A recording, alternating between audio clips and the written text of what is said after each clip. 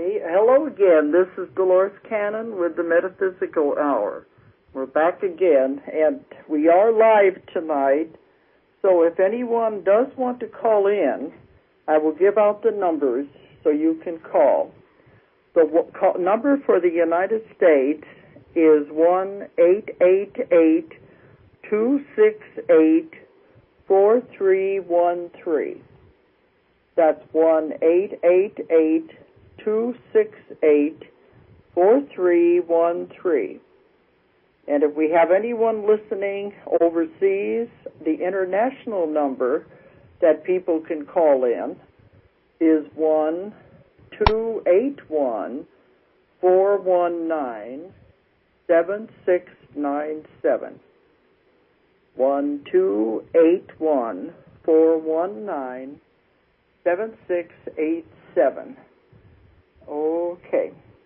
Now, in the past weeks, I've been talking a lot about my work and the things that I do, and last week I talked about the trips. So I think it's time now for me to begin focusing on the information in my books. And one thing I don't like about doing it this way, I'm so used to giving lectures where there's audiences out there, and I can look at faces, and I can look out over the audience, and then you know if you're reaching them or not. You know the way they are receiving you by the impressions on their face. And I really miss that, because here I am sitting in my office looking at the wall, so I have to imagine there's people out there who are actually listening. Okay, but I've written 13 books. You can see there's going to be a lot of material I can cover, and it all deals with the metaphysical, the strange, and the paranormal, and the unusual. And those of you who have listened to the other shows that I've done know that my books are based on my work with hypnosis. All of the information that I've received that I write about came through the information I got with my sessions with clients. And it's accumulated now for 30 years of doing this and thousands of people. So I don't channel. The information I get is like a reporter, and I put it all together. Tonight I wanted to talk about my book, Between Death and Life. And I know I'm just going to be able to touch on part of it because there's so much information in that book. But I'm used to speaking on that for as long as 3 hours. So I was trying to figure what I can put in 1 hour that would be condensing it to hit the most important parts of all. When I've spoken on this, sometimes at Unity churches, and they make the announcement that I'm going to speak on Between Death and Life, people say, isn't that a mistake? Isn't it supposed to be the other way around, between life and death? But no, it isn't, because that's a whole other life that you do live when you leave the earth plane and go to the spirit side. And that's why I decided to call it that. Between death and life is a whole other existence that you go to. Now, when you're doing past life regressions, as I do, in order to do it correctly, if the hypnotist is doing it in the right way, they will take the person all the way through the past life, hitting on all the most important days, the most important events in that life as it relates to their life now. But if it is done correctly, they will take the person through the death experience, because many of the problems the people have in the present lifetime come from the way they died in the other lifetime. And I know there's some hypnotists that I've heard will say, oh, no, we can't do that. What if something were to happen to the person if they relived their death in another life? Maybe they might experience it and have actual physical repercussions in this life, especially at the deep level that I work with, where they really do relive everything. And they said that's dangerous. So they're taught not to do it. Don't go near the death experience. But to me, that is where a wealth of information comes from. Because as I said, if they have problems in this lifetime, especially phobias, they can be traced back to the way the person died in the other lifetime. And I have found no danger at all. But then I've been doing it consistently for 30 years. I still say this kind of work, past life regression, is not for anyone to play around with, because you have to know what you're doing. And I don't know if it could be dangerous in the wrong hands, but anything, if someone is doing it that don't know what we're dealing with, it could be harmful to the person. So it's better to have training and to know exactly what you're doing. But I have taken people through just about every kind of death that you could possibly imagine. Most of the deaths that we've gone through have just been simple, ordinary deaths like they are here, where they've died in a hospital or they've died of a lingering illness. But I've taken them through where they've been hung, they've been burned at the stake, run over by carriages, many, many deaths in wars and plane crashes, just about every kind of death you could imagine. And in my book, The Soul Remembers Hiroshima, I had a young girl go through dying with the atomic bomb at Hiroshima as she relived the life of a Japanese man. So I feel that I've had enough experience with it to know there will not be any physical repercussions on the person that we're working with as they go through the death experience.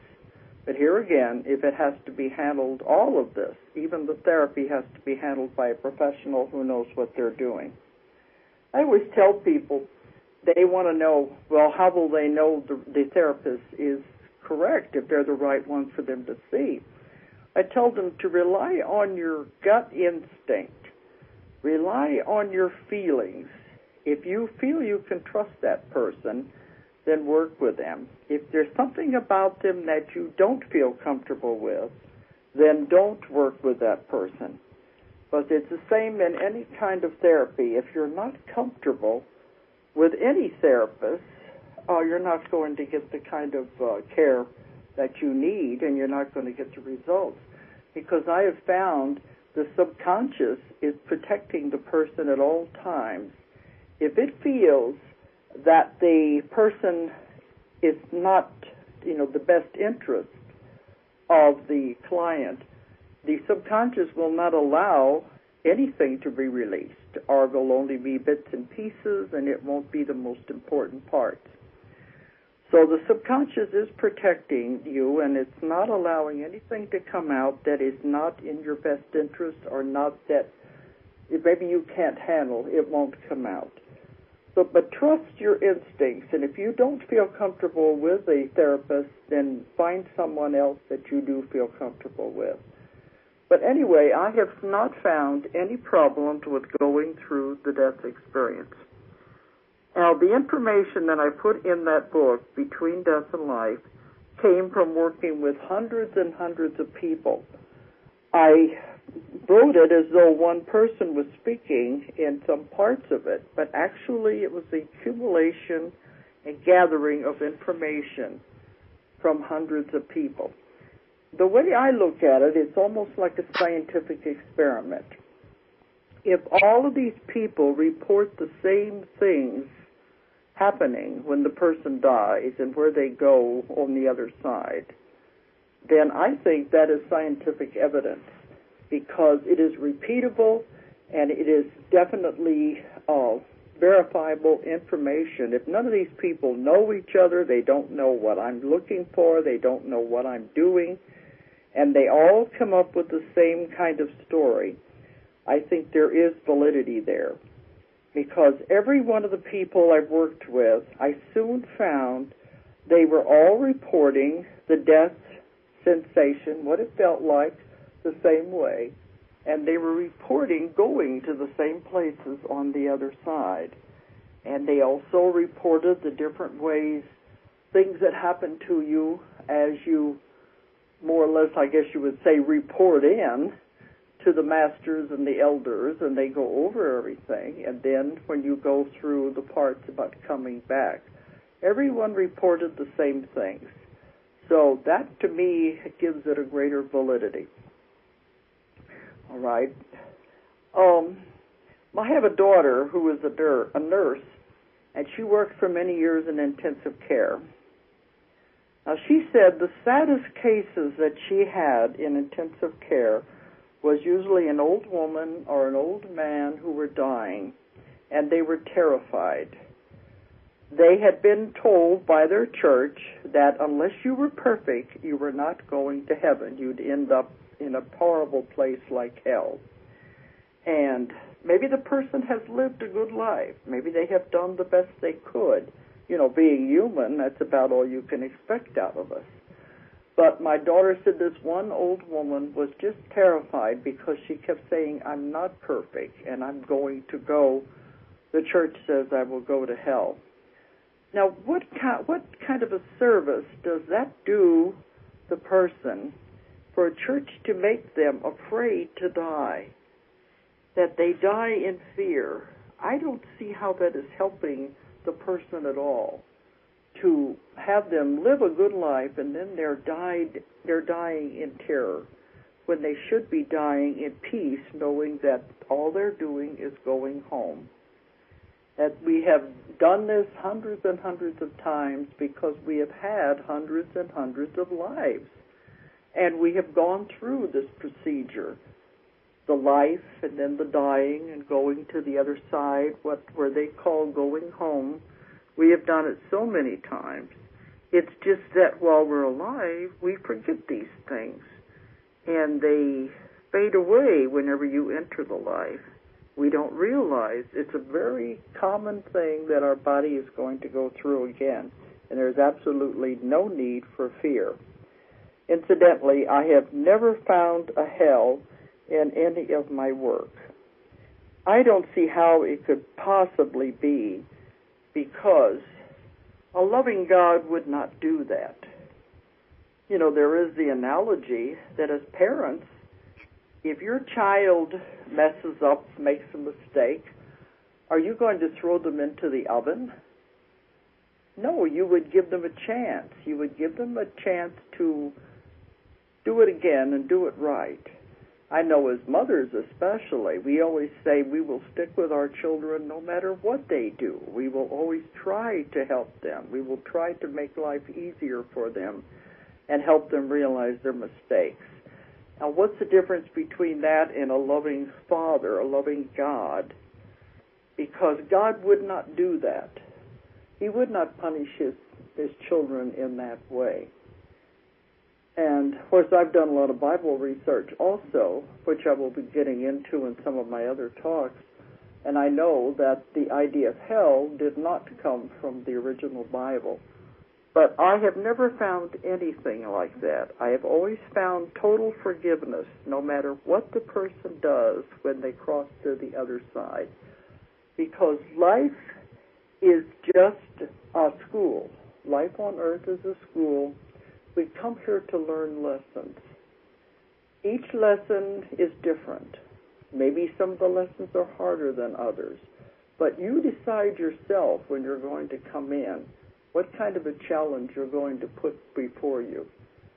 So it doesn't matter, even if something evil or something bad has happened. It's all up to what happens on the other side. But it is not the way the church teaches people. Also, I do want to say, every religion in the world, every religion, has reincarnation as its basis because it makes so much sense. It answers all of the questions. And people always bring up the Christian religion. If you do your research, you will find in the early days of the Christian religion, it also had reincarnation as the basis of its religion. And it wasn't until the 5th century, whenever the church was founded, the 5th century at the 5th council is when they met to decide how they were going to have the Bible read. And that is when they went over everything and said, this is what we will say, Jesus said, etc., etc. And this is the parts we will have in the Bible.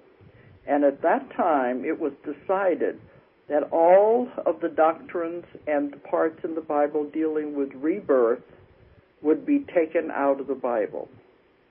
Now, this is not something I'm just making up. Anyone who wants to find out can go and look at the records, because this is still a record in the church records of what occurred at these different councils when the church was being founded and being put together. It is all there, all of these things, that it was taken out at that time. And I'm not trying to go against anyone's religious beliefs. I respect religious beliefs. I work with many different religions all over the world, and I respect their beliefs. I'm not trying to change anybody's belief system. I just say, ask questions. There's more out there. You can have both. You can combine the two together. You can have your church if you're comfortable there. That's fine. But you can also ask questions and want to know more.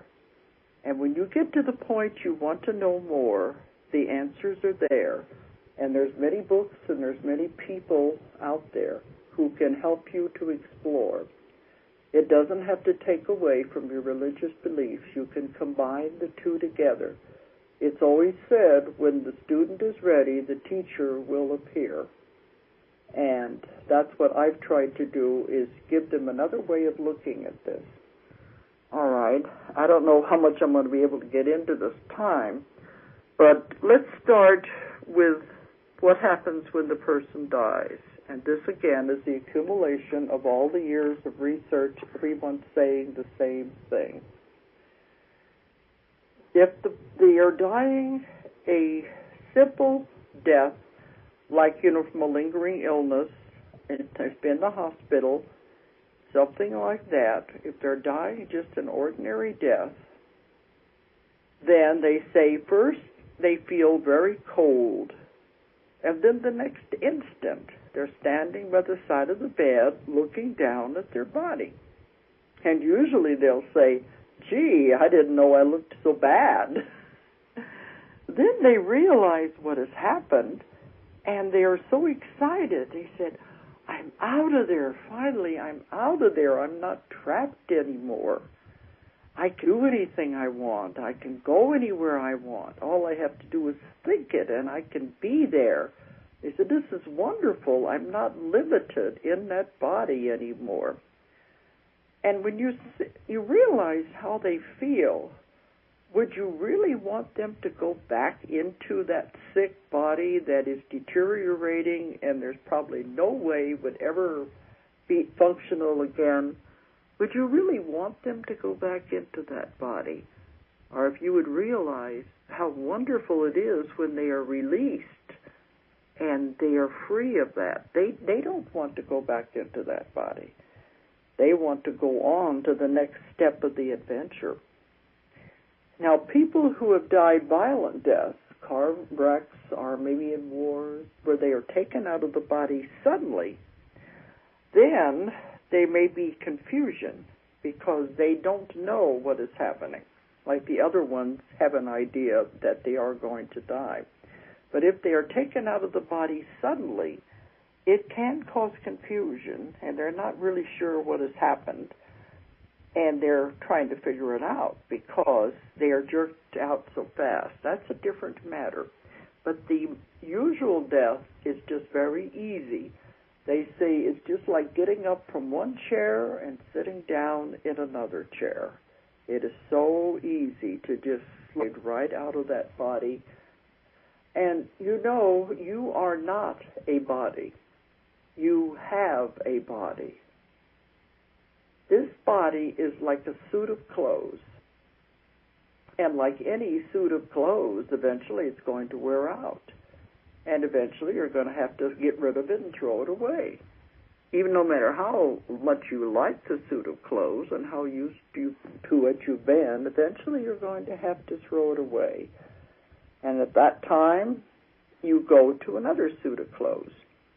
That's all reincarnation is, because the real you is that spirit, that soul, that spark from God. And that's what I've been told by the people I've worked with. They see themselves as like a tiny spark. That's the real you. The body isn't.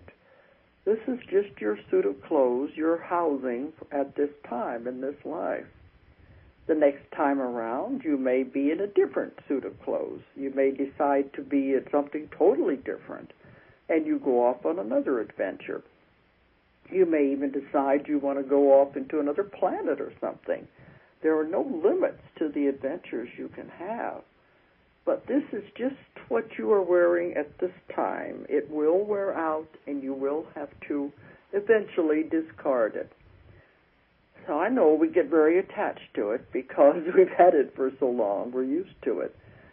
But at the moment of death, we realize that we can just throw it off and we can go on to where we're supposed to go. And it's extremely beautiful over there. But this is a school. You come here to learn. And in this school, you can have to repeat a grade, but you cannot skip a grade. You cannot go on to the next grade until you have passed all the tests and all of the lessons in the present lifetime. Then you can go on to the next step. It may be in the same lifetime or it may be in the next lifetime. But you cannot skip a grade. And I've been told one of the reasons for coming to Earth is to learn limitations and emotions. There are some planets where they don't have these lessons. We have free will here. This is another thing that is different. But you come to Earth to learn limitations and emotions. And they said Earth is a very challenging planet. And they really admire the souls that want to come here and work out their lessons. And if you don't learn at this time, you have to come back and do it again. A lot of people keep drawing the same situations to their life again and again and again because they have not understood the lesson. They have not worked out the lesson. Once they understand this, that you do control your life, you create the things that happen in your life, then you can move on to the next lesson, which may or may not be better, you don't know. But it is the next step in passing the test. You can't go from kindergarten to college. You have to work it all out step by step. And you cannot return to God until you are perfect. And you cannot do that in one lifetime. It's absolutely impossible. There is too much to learn. You accumulate karma for many, many lifetimes. It has to be worked out. It's been said, God will forgive, but the law of karma will not. If you realize that, you would try to be better with people and try not to incur any karma, because you know you're not going to get out of it. It does come back. You must repay it. They say, what goes around comes around, and that is absolutely true. You see people that do awful things, hurt other people, and you say, how can this be? What kind of a just God would allow that? They don't realize, and you probably don't realize, they will have to pay it back. If it doesn't happen in this life, it may happen in the next life. But there's no way of getting out of it. And there are some people I've seen, it's like, oh boy, I sure am glad I'm not going to have to deal with their karma. That's going to take many lifetimes to pay all that back. The idea is to get off of the wheel of karma, to stop having to keep coming back to Earth again and again and again, and then you can start advancing upward through the different spirit realms till you learn more and more. To get off of the wheel of karma. In my books on Jesus, I found a great deal of information.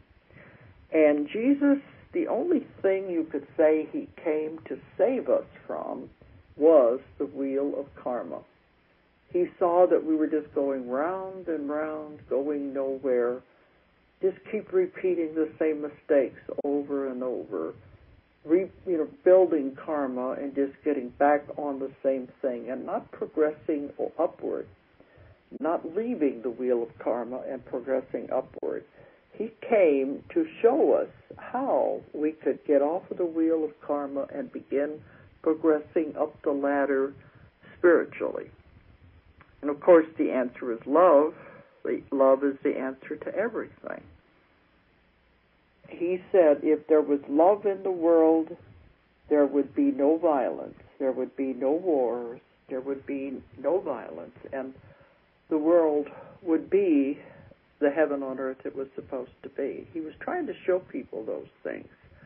A lot of this has gotten all tangled up with the religious dogma, but it's just the idea of getting off of this wheel of karma so you don't have to keep coming back and repay again and again and again. When I do my sessions, I tell people that the idea is to get rid of all the old karma and try not to make any more. Some people don't even know what karma means, but it's the law of balance. And everything has to balance. And if it doesn't, you have to keep coming back again to repay it, so it will balance out. It is a law of the universe, and there's many of these laws of the universe that just are. There's no way of getting around them. And if people realize that, I think they would be a lot kinder to each other, and there wouldn't be the wars and the violence that we see. But all right, we go back to the part where the person has left the body, and they are just so happy because now they can go and do anything they want. The last thing they would want is to go back into that body. Now, of course, the people who are with them when they die, or their relatives, there's always a lot of grief because they don't want the person to die. But if you think about it, who are you really grieving for? The person is going on to a beautiful, wonderful place, and they're happy. They want to go on. It's not that they don't love you. It's just that this is the next step, and they know you will understand. When you are grieving, you're trying to hold that person here. It's really for yourself.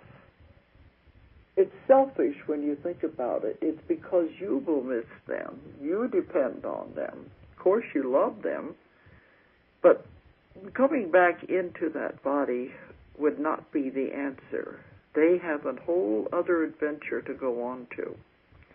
And I've had people email me and very upset, like one man said his wife had died and he loved her so much and he couldn't live without her, and he wanted to know, would she be waiting for him, or would she even know that he missed her? If you want to see them on the other side, of course they'll wait for you. And over there, they said it's like the blink of an eye, and you'll be there. So you have to go on with your life here, realizing you will be reunited with your loved ones. And then from there on, it's a whole other scenario of what you have to do. Anyway, when the person leaves the body, you are never alone. It is very important. People are so afraid that they're going to be alone when they die. You are never alone.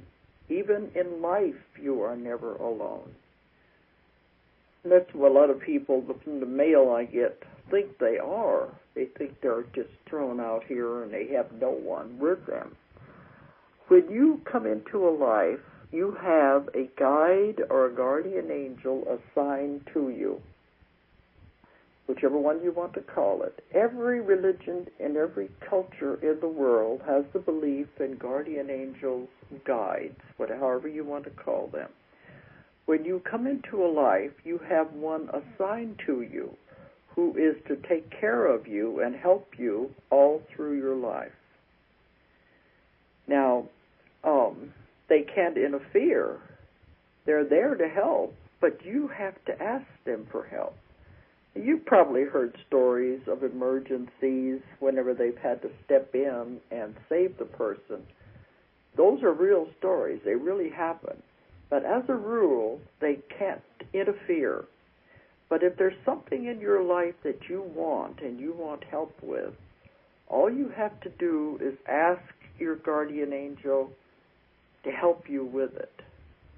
They are so happy when you do that, because they say they cannot interfere, and they say, if you don't ask us for help, we have no one to assist.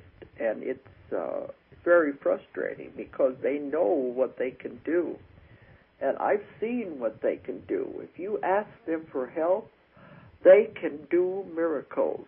They can make things happen that are all utterly impossible. But first you have to realize you have someone with you at all times. Now, you may have more than one. If your life is complicated, you could have as many as 4 or 5, depending on which direction your life is going.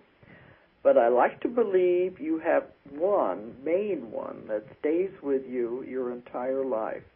Because if your life takes a sudden direction and goes off in a different direction, like mine did, then some of the guides will change places, have new ones coming in that will have more expertise in the field that you're going into or the next part of your adventure. But there will always be that one who is with you all of your life to help you. So if you have someone with you from the day you were born, how could you possibly be alone when you die? These are what I call the greeters, because when you die, there will always be someone there to go with you and show you where to go. And they may be friends, relatives, but if they're not, at least your guide will be there, because there will always be someone to take you where you're supposed to go. And I know many of you have probably sat in hospital rooms when someone was dying, and they see invisible people around them in the bed, around the bed, and they talk to them, or they'll say, "Oh, there is Aunt so-and-so, she's here." And these are real. It's real to that person. These are the people that have come to meet them when they cross over, so they can take them to where they're supposed to go. They're the greeters. They're the guides to take them to make sure they go to the right place on the other side. And this is very important, I think, that people realize that. I've talked to nurses and doctors who have been in hospital rooms too, and they talk about the patients seeing things that they can't see, seeing people that they can't see. Of course, a lot of times they think it's because of the drugs or because of the oxygen deprivation that they are dying, and so they're hallucinating. But I've heard it happen so many times that I know they're all seeing the same thing. It is not a hallucination. They really are being met by someone who will take them on the rest of the journey. And I think people are afraid to die because they're afraid they're going to be alone. They should realize this. There will always be someone there to help them. Now, I have many people who have reported near-death experiences where they talk about leaving the body and going down tunnels and seeing glimpses of the other side, and it is extremely beautiful over there. And a lot of times they will have someone meet them, and they'll say, "Well, you know, it's not really your time. Do you want to go on, or you can go back? You can do either one. It's up to you." And in the cases of the near-death experiences, they will choose to go back, or sometimes they're pulled back. There's many different ways this can happen. But the people who have reported these to me talk about heading down the tunnel and seeing a huge bright light ahead of them. Well, the ones who have not completed the journey. Naturally, they haven't if they've come back. They started out on the journey, but they couldn't go all the way without really dying, so they will come back. The ones who have reported going just on the beginning of it are pulled back into the body. They never go through or all the way up to that bright light. I found out what that bright light is. You may call it God, you may call it the Creator, you may call it the Source, whatever it is you want to call it. It is a huge energy source. And until the person actually dies, they can still return to the body. Once they go through that huge bright light, this huge energy source, then they cannot return to the body. This is because you are connected at all times with the silver cord. I'm assuming most of the people listening know these metaphysical terms. But it is a real cord. It's been described almost like a bungee cord, but it keeps your soul attached to the body as long as you are alive. And when you go out of the body at night, everyone goes out of their body at night when they go to sleep. The body, the part gets tired. The soul doesn't have any need to sleep. If you get bored sitting around waiting for you to wake up so it can continue with what it's supposed to do. So the body is what needs sleep. And at that time, the soul, the real you, is off having all kinds of adventures, going back to the spirit side, conversing with its guides, its masters, and the elders, or maybe going off to other planets, other dimensions, all kinds of things. But when you get ready to wake up in the morning, the soul is more or less reeled in, I guess would be a good analogy, by reeling in that silver cord.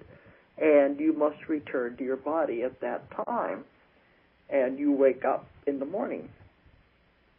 But when you go through the death experience, and you go through that huge bright light, at that moment, the silver cord is dissolved.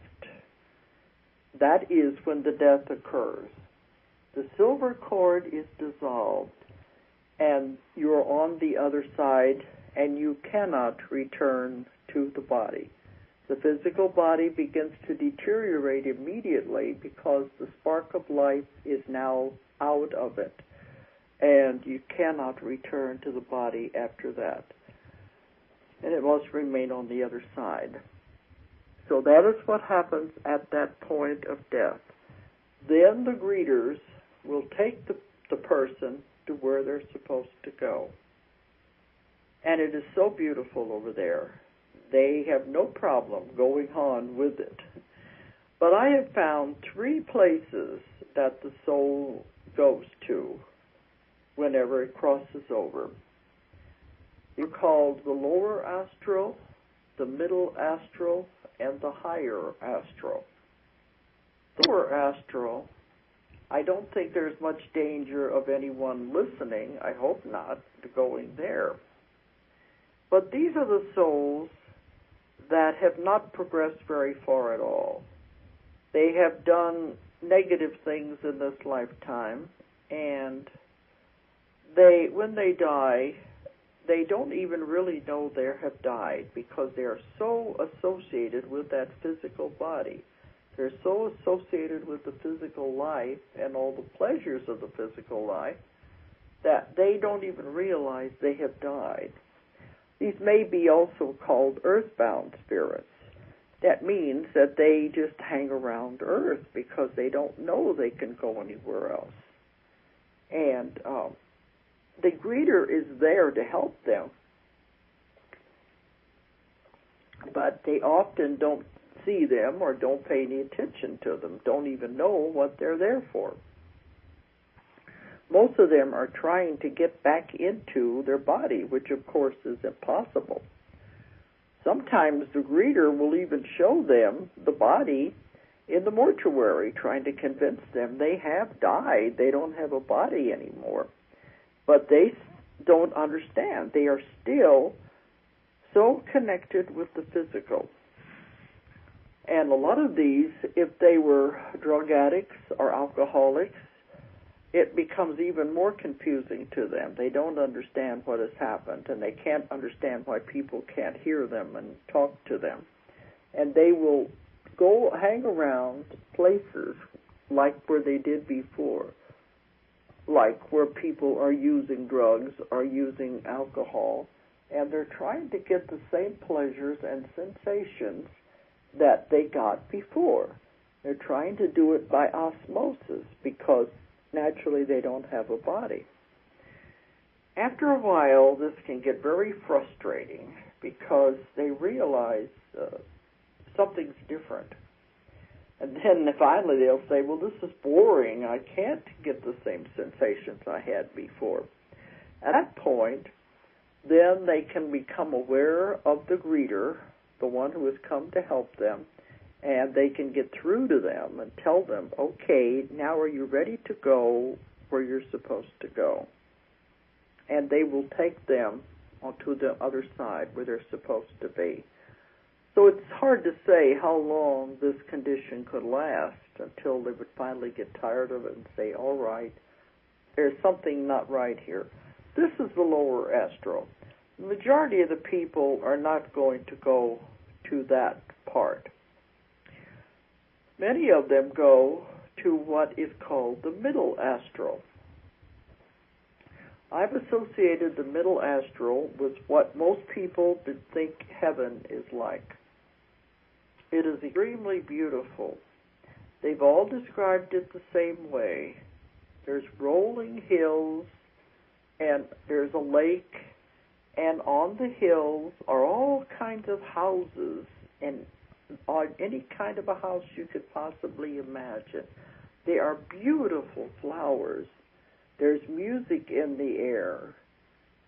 And they said if you could imagine the most perfect flower, the most perfect rose, something with colors that are so vivid and so bright, they're not like any colors we have on earth. I've had people who've had near-death experiences report that's one of the things they remembered when they came back was the vividness of the colors. And even when they come back into the body after a near-death experience, for several days, they still can see everything with this exaggerated colors and almost see the molecules and everything because it has remained with them. But the colors are extremely beautiful, and I said one time, is that a reflection of Earth? They said, oh no, Earth is a very poor reflection of what it's like over there. If you could imagine the most beautiful rose in the most vivid colors, but that it would never die. It would always remain a beautiful rose. That is what the flowers are like over there. But then, also on these hills are these different houses. And the person that goes to the middle astral is given a choice. What kind of a house do you want to live in? Do you want to live in one just like the one you left? Or do you want to live in something different? Or do you want to live in a castle? Anything you want is possible. And do you want to live there with your friends and relatives that are passed on? All of that is possible too. But there's one problem. They think they're going to be there for eternity because this is one thing the church has told them. This is heaven. They're continuing their lives as they thought it should be, as they remembered it should be, with their friends and relatives, and it's their idea of heaven. But they've forgotten about karma. And one day, someone will come knocking on their door and say, well, are you ready? It's time to go up before the boards. They have the boards with the elders and the masters and your guides and guardian angels. We have to go over your life and go before the board. And they'll say, no, this is fine. I like it just like it is. I just want to stay here and enjoy this. But they don't realize they can't, because it's just like a little reprieve, but it's not the way it is. The law of karma is too demanding. So they're brought before the board, and the elders and the masters show them their life. They show you everything that ever happened in your life. You're shown all the things you did. But to me, the most disturbing part of all, you are shown everything you did from the viewpoint of everybody else involved. Husbands, wives, or whatever it is you are connected with. You are shown the life from their viewpoint as it affected them. And many times the person will say, I didn't know I hurt them like that. I didn't know what I said affected them that way. And at that point, then they realize, I have to repay that. I must make good on that, because what I did was not right. And they're going to have to come back and repay it. Work it out some way. That's where karma comes in. And they make an agreement with the other person involved. If they've already on that side, they will say, well, we didn't do such a good job, did we? We're going to come back and have to do it again. This time you be the husband, I'll be the wife. We just reverse roles, and maybe we can make it work better that way. One thing that's important, there is no one sitting up there on a throne who is going to judge you and chastise you. There is no God that's going to punish you, throw you into hell. There's no God that is going to make you come back and punish you in some way for what you have done and when you return to earth. There's no one up there with a big staff or club saying, no, you've been bad. You have to go back and do thus and such, or you have to go wherever. That is not the way it works. You see your life. You see what you have done to other people. You see their reactions. You realize what you have to repay. You are the judge. You judge yourself. And there can be no harsher judge than you yourself. You're the one that decides the kind of punishment you will delve out to yourself, what you have to repay, what you have to come back and take care of, who you have to take care of these things. You are the one that decides yourself. You can't blame God and say, why did he punish me this way? Why have these horrible things happened in my life? You are the ones that set everything in motion, and you have done it to yourself. You are the judge, and there's no harsher judge than you yourself. And when I'm doing this at a lecture, an auditorium, there's always a lot of people that have questions.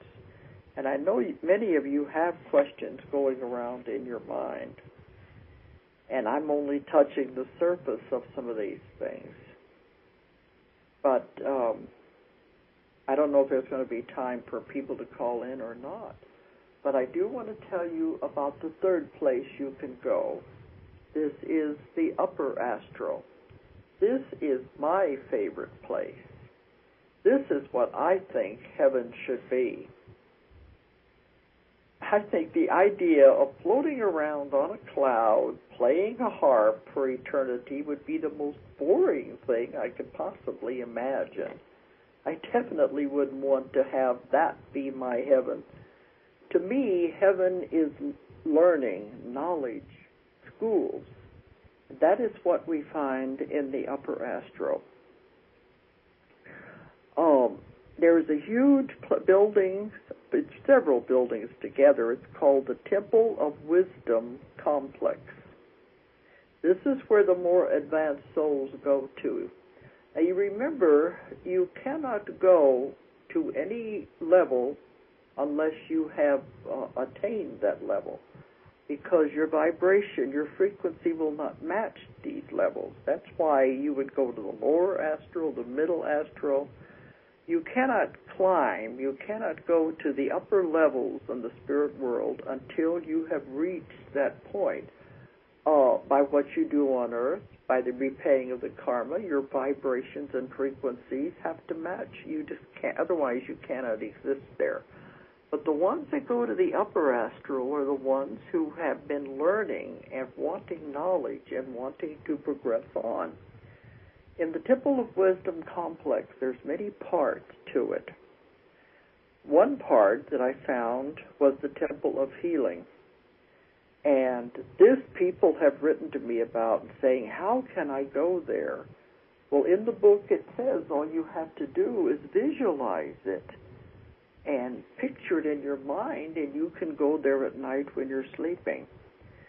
But this is where people, if they have died a violent death or if they have died from a long suffering illness, they are taken to the Temple of Healing first before they go on to where they're supposed to go, the final resting place, or the final place for the temporary time, I guess you would say. It's not final anyway. But they are taken there, and there's long lines leading into this building. It's extremely beautiful. It's a circular building, has a huge dome on the top. The dome is all kinds of precious jewels, and the light coming down through these jewels casts beautiful colors on the floor in a big beam of light that comes straight down. I had one person that saw it from the outside, and they saw the beams of light shooting up out of the building. So the person is led into the center of this room, and they are bathed in this beautiful light, and it takes away all of the residue that has been on the body, on the soul, I guess you would say. It cleanses away all of the residue remaining from the way they died, and it's like a cleansing. After that happens, then they're allowed to go on.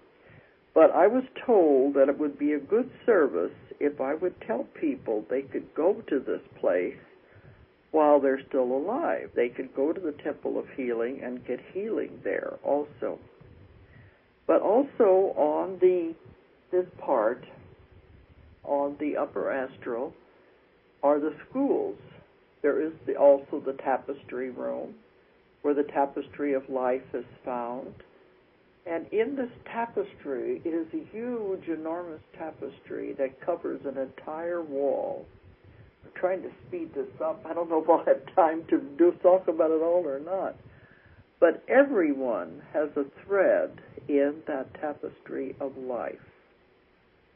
And it shows how, although we are one, we can influence everyone, because our threads are all interwoven with all the threads of every other soul. And in that, it shows how we influence everyone. Everything we do influences someone else. We are one, but yet we are all together. If you realize that, I think you would be much more careful of the things you did and the things you said, realizing we are all together in this journey and this school and these classes and learning. There's not going to be time to go into the rest of the journey. I will try to remember where we stopped so I can continue it next time. But if anyone wants to contact me or contact the office, our 800 number is 1-800-935-0045.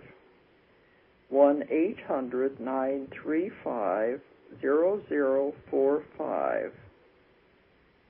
And our website is www.housekeeping, ozarkmountain.com, but the Ozark Mountain is abbreviated OZARKMT.com. Or if you're in Europe, it's OZARKMT.com. If anyone wants to know about private sessions with me, or if you want to know about the lectures I give, or if you want to know about my classes with hypnosis, you can contact us through that website or the 800 number. Right. Next week, I have a woman who is coming all the way from France. She's one of my publishers in Europe, and she'll be here. I will be interviewing her and letting her talk about her company and the metaphysical books that she prints. Then, hopefully then, the next week, we'll try to continue some of these things. There's just so much information. You can't get it into just 1 hour. Anyway, I've hoped you enjoyed it. I've hoped you learned something. And these will continue, I guess, Don says forever. I don't know, but we will continue on next week. Have a good night. If you enjoyed the show, check out more of our other videos and be sure to subscribe and click the like button. Thank you for listening to the Metaphysical Hour with Dolores Cannon.